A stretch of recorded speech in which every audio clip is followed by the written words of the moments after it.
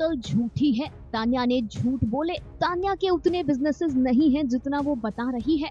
ये बातें बोल बोल कर तान्या को घर वाले ट्रोल करते हैं।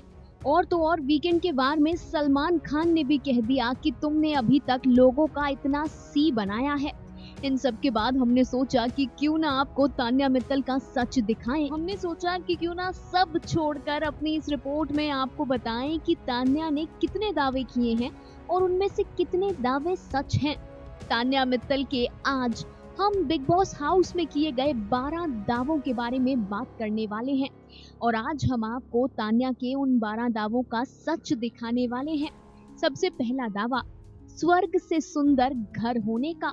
बता दें कि तान्या मित्तल का ये दावा सच है। तान्या का घर वाकई बेहद आलीशान है। तान्या मित्तल के घर की दीवारें सफेद रंग की हैं, सफेद रंग के सोफे और बेहद बड़ा लिविंग रूम है। तान्या मित्तल के घर पर एक पार्ट हुआ था जिस दौरान तान्या ने अपने घर की वीडियो अपने सोशल नेटवर्किंग अकाउंट पर शेयर की थी। इस वीडियो को शेयर करते हुए तान्या ने अपने घर पर पार्ट होने की जानकारी दी थी। यस, तान्या मित्तल के एक से ज्यादा घर हैं।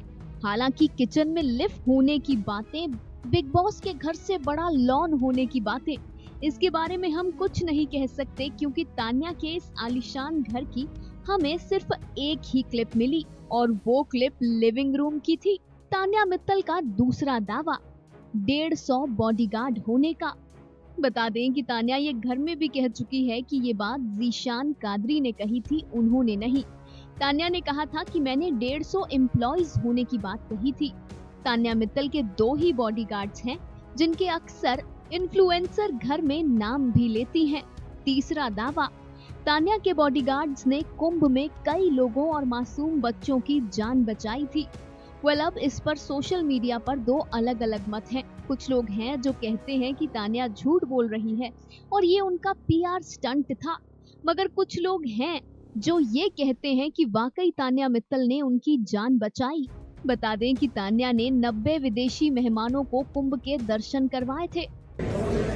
Dear Tanya, our group just arrived airport in Mumbai at the gate back to Europe, to Munich, and we want to thank you very much for this extraordinary experience at the Kumbh Mela.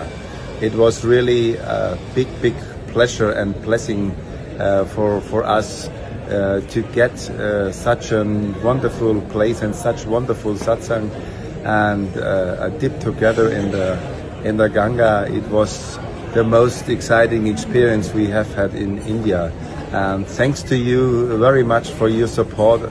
And I think it was a great honor, and it was really nice to get known to India in such a wonderful way. So thanks a lot, Tanya, for your support to make it happen. Thanks. It's the Kumbh. It's so many people. What are we going to do? Our group is 90 people. How are we really going to take care of them?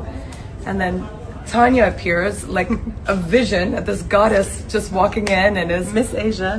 Yeah, like, okay, what do you need? She has her phone ready. She's eating her dinner. She's making phone calls and just opened such a beautiful pathway for us that I was saying to Tatiana, who's there with me, if anyone wasn't there, they'll never really understand how that all came to be.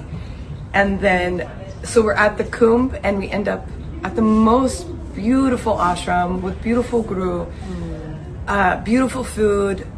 They, roped off this area for us to take a dip, and not just for us to take a dip, but for Swamiji and Sattvaji to join us in taking this dip.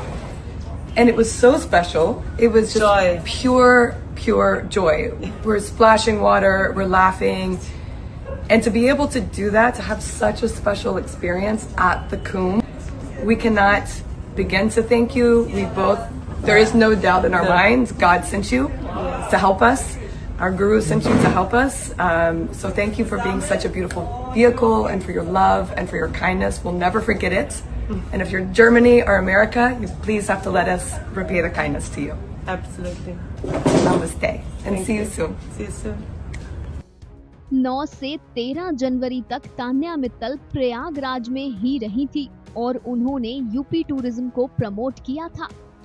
144 साल बाद प्रयागराज में होने जा रहा है पूर्ण महाकुंभ और उसमें मैं आ रही हूँ 9 जनवरी से 13 जनवरी में आपके प्रयागराज में। तो चलो साथ में कुंभ चलते हैं, जन्म जन्म के पुण्य खिले, आओ हम सब महाकुंभ चले। You all can make your reels on the official audio of Uttar Pradesh Tourism to get featured on Uttar Pradesh Tourism's official social media handles. मिलते हैं कुंभ में।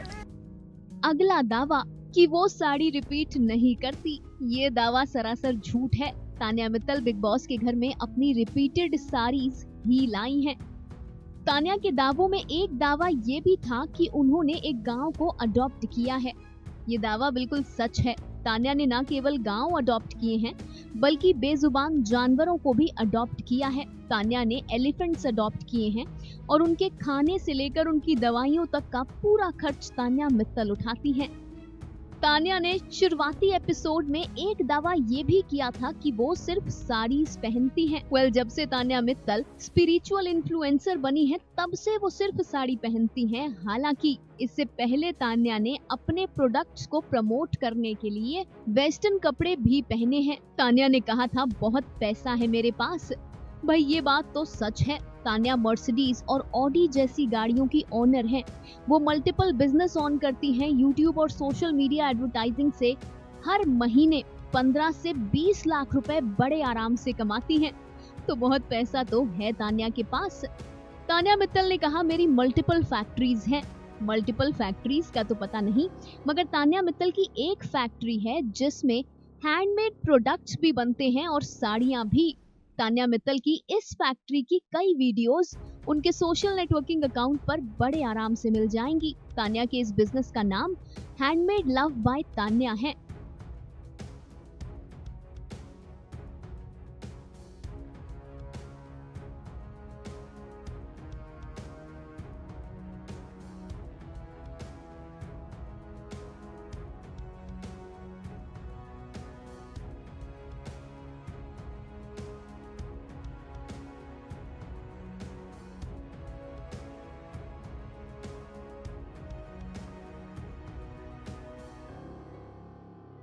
अगला दावा फार्मा बिजनेस होने का। तान्या ने शहबाज से बात करते हुए कहा था कि मेरी फार्मा कंपनी है।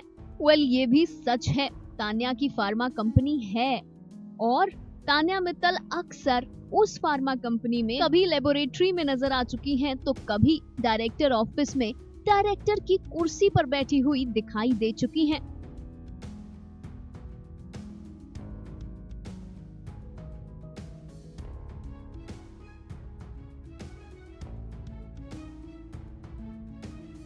तान्या मित्तल कहती हैं कि वो स्पिरिचुअल इन्फ्लुएंसर हैं। ये बात भी सच है। तान्या स्पिरिचुअल इन्फ्लुएंसर हैं। ये बात तो जग जाहिर है, इसे किसी प्रमाण की जरूरत नहीं। तान्या मित्तल का आखिरी दावा जो बिग बॉस के घर में सबसे ज्यादा वायरल हुआ था, बकलावा इन दुबई।